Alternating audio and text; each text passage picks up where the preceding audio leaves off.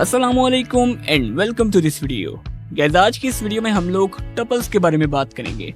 इससे पहले हम लोगों ने लिस्ट को डिस्कस किया था, जिसमें हम लोगों ने ये बात की थी कि लिस्ट एक ऐसी डाटा टाइप होती है जिसमें हम लोग एक से ज़्यादा वैल्यूज़ को एक सिंगल वेरिएबल के अंदर स्टोर कर सकते हैं।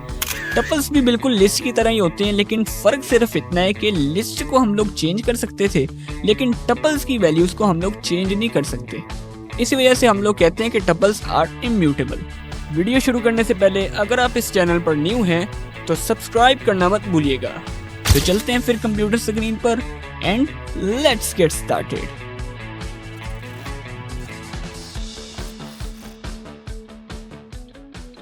Alright guys, welcome back. तो फर्स्ट ऑफ ऑल मैं इधर क्या करता हूँ, मैं एक वेरिएबल बनाता हूँ और उसका नाम मैं रख देता हूँ नंबर्स, और इस वेरिएबल के अंदर मैं एक टपल स्टोर करूँगा। अब टपल बनाने का क्या तरीका होता है, हम पैरेंथेसिस का इस्तेमाल करते हैं और उसके अंदर हम एलिमेंट्स ऐड कर देते हैं। मैं इधर क्या करता हूँ, कुछ नंबर्स ऐड कर देता हूँ 1 2 3 4। ठीक है, ये हमारे पास एक टपल बन चुका है। अब अगर आप इसकी टाइप को प्रिंट करें, मैं इधर क्या करता हूँ, प्रिंट कर देता हूँ टाइप मेथड का इस्तेमाल करके नंबर्स की टाइप को, तो ये क्लास टपल प्रिंट कर देगा। यानी कि ये जो नंबर्स है, ये वेरिएबल, ये टपल है।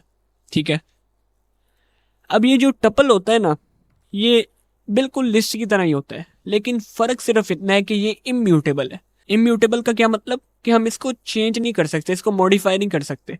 लिस्ट में तो क्या होता था कि हम उसके अंदर कोई भी एलिमेंट ऐड कर देते थे, किसी भी एलिमेंट को रिमूव कर देते थे। हमारे पास अपेंड मेथड था, पॉप मेथड होता था, रिमूव मेथड होता था, लेकिन टपल के केस में ऐसा नहीं होता। टपल जो एक दफ़ा बन गया बस वही रहेगा, उसको आप चेंज नहीं कर सकते। ठीक है, तो अब अगर आप इसके किसी भी स्पेसिफिक इंडेक्स को प्रिंट करवाना चाहें तो वो मेथड बिल्कुल लिस्ट की तरह ही रहेगा। यानी कि अगर मैं लेट्स से 3 को प्रिंट करवाना चाहता हूँ तो मैं क्या करूँगा, प्रिंट करूँगा नंबर्स के इंडेक्स नंबर 2 को। ठीक है, क्योंकि इंडेक्स नंबर 2 पर जो है वो हमारा 3 पड़ा हुआ है। तो जैसे ही मैं रन करूँगा तो ये 3 प्रिंट कर देगा। ठीक है, तो बाकी सारे चीज़ें तो सेम रहेंगी लिस्ट की तरह, लेकिन अगर आप कहें कि आप 3 की जगह पर कोई और एलिमेंट ऐड करना चाहते हैं तो वो पॉसिबल नहीं होगा टपल के अंदर। ठीक है, अगर मैं चाहूँ कि नंबर्स के इंडेक्स नंबर 2 पर तुम 3 के बजाय 5 ऐड कर दो, तब ये हमें एरर देगा। वो कहेगा कि tuple object does not support the item assignment, यानी कि आप टपल के अंदर कोई भी नया आइटम ऐड नहीं कर सकते। ठीक है, कोई भी एलिमेंट ऐड नहीं कर सकते। इसी तरह हम कोई भी एलिमेंट रिमूव भी नहीं कर सकते। इसी वजह से हमारे पास ये जो टपल्स के मेथड्स होते हैं, मैं इधर क्या करता हूँ, इसको रिमूव, इसको क्लियर कर देता हूँ कंसोल की हिस्ट्री को। तो अगर मैं इधर नंबर्स डॉट लिखूँ, ठीक है, तो इधर हमारे पास रेपलेट जो है वो मेथड शो करेगा। ये क्या हो गया, ये देखें, ये हमारे पास 2 मेथड्स इधर शो हो रहे हैं, एक है काउंट और एक है इंडेक्स। ये बाकी सारे मेथड्स हैं, ये तो मैजिक फंक्शन है, इनके बारे में किसी और वीडियो में बात करेंगे। लेकिन अभी के लिए हमारे पास इधर सिर्फ 2 मेथड्स हैं, एक है काउंट और एक है इंडेक्स।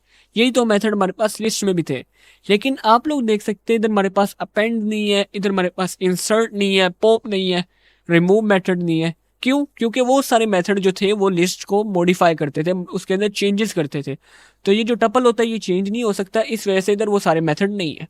ठीक है, तो ये काउंट मेथड क्या करता है, ये बिल्कुल लिस्ट वाला ही काम करता है।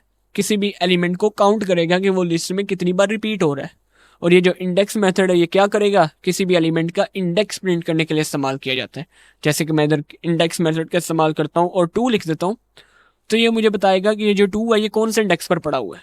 मैं क्या करता हूँ, इसको अगर प्रिंट करवा लूँ, ठीक है, अब मैं रन करूँगा तो ये 2 का इंडेक्स बताएगा कि ये जो 2 है ये इंडेक्स नंबर 1 पर पड़ा हुआ है।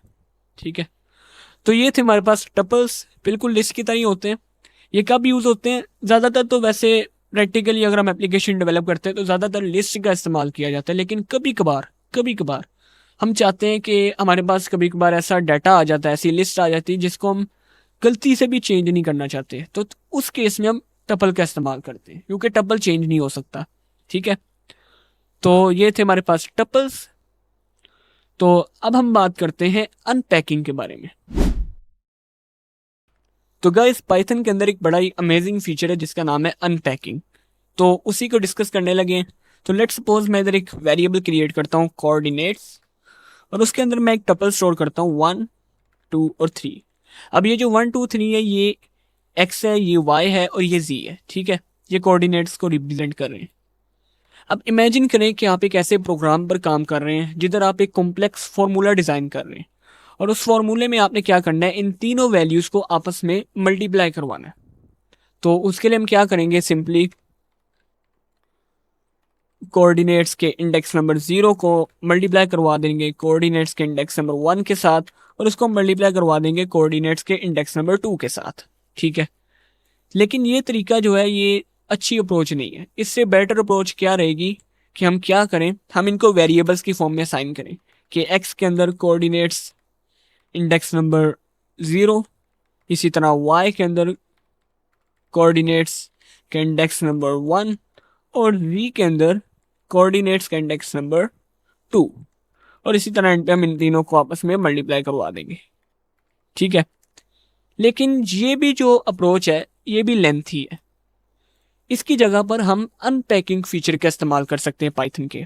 तो वो अनपैकिंग फीचर क्या करता है, सिंपली हमने x, y और z इनको हमने असाइन कर देना है कोऑर्डिनेट्स। सिंपल। अब ये जो लाइन है ये सेम काम कर रही है जो ये 3 लाइंस कर रही हैं। ये 3 लाइंस क्या कर रही हैं, एक एक करके असाइन कर रही हैं। ठीक है, x को इंडेक्स नंबर 0 असाइन कर रही है, y को इंडेक्स नंबर 1 और z को कोऑर्डिनेट्स का इंडेक्स नंबर 2। तो ये जो लाइन है ये भी सेम काम कर रही है। तो ये क्या कर रही है, मैं इसको रिमूव कर देता हूँ। कोऑर्डिनेट्स का इंडेक्स नंबर 1 जो है वो x को असाइन हो रहा है, इंडेक्स नंबर 2 जो है 0 से इंडेक्स स्टार्ट होते हैं, कोऑर्डिनेट्स का इंडेक्स नंबर 0 x को असाइन हो रहा है, कोऑर्डिनेट्स का इंडेक्स नंबर 1 y को असाइन हो रहा है, और इसी तरह कोऑर्डिनेट्स का इंडेक्स नंबर 2 वो z को असाइन हो रहा है। यानी कि उसने जितने भी एलिमेंट्स थे वो इधर असाइन कर दिए रिस्पेक्टिवली। तो ये था हमारे पास अनपैकिंग फीचर। अब अगर मैं इसको प्रिंट भी करवा लूँ, सिंपली x को प्रिंट करवा लूँ तो ये 1 प्रिंट करेगा। ठीक है, अगर मैं y को प्रिंट करूँ तो ये 2 प्रिंट कर देगा। इसी तरह अगर मैं z को प्रिंट करूँ तो ये क्या करेगा, ये 3 प्रिंट कर देगा।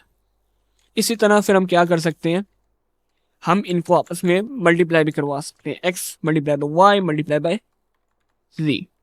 ठीक है, और इसको मैं प्रिंट करवा देता हूँ।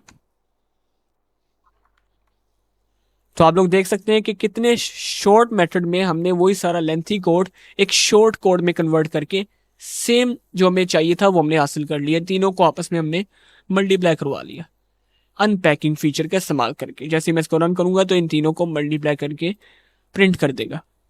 ठीक है, होप सो आपको अनपैकिंग फीचर की समझ आ गई होगी। तो गाइस अभी के लिए इतना ही, और अगर आप लोगों को ये वीडियो पसंद आई हो तो लाइक करना मत भूलिएगा, और अभी तक आप लोगों ने प्लेलिस्ट को एक्सेस नहीं किया तो मैं चाहता हूँ कि आप फौरन से पाइथन की इस प्लेलिस्ट को एक्सेस कर लें, और अगर चैनल पर न्यू हैं तो सब्सक्राइब करना मत भूलिएगा। मिलते हैं फिर नेक्स्ट वीडियो पर, तब तक के लिए अल्लाह हाफिज।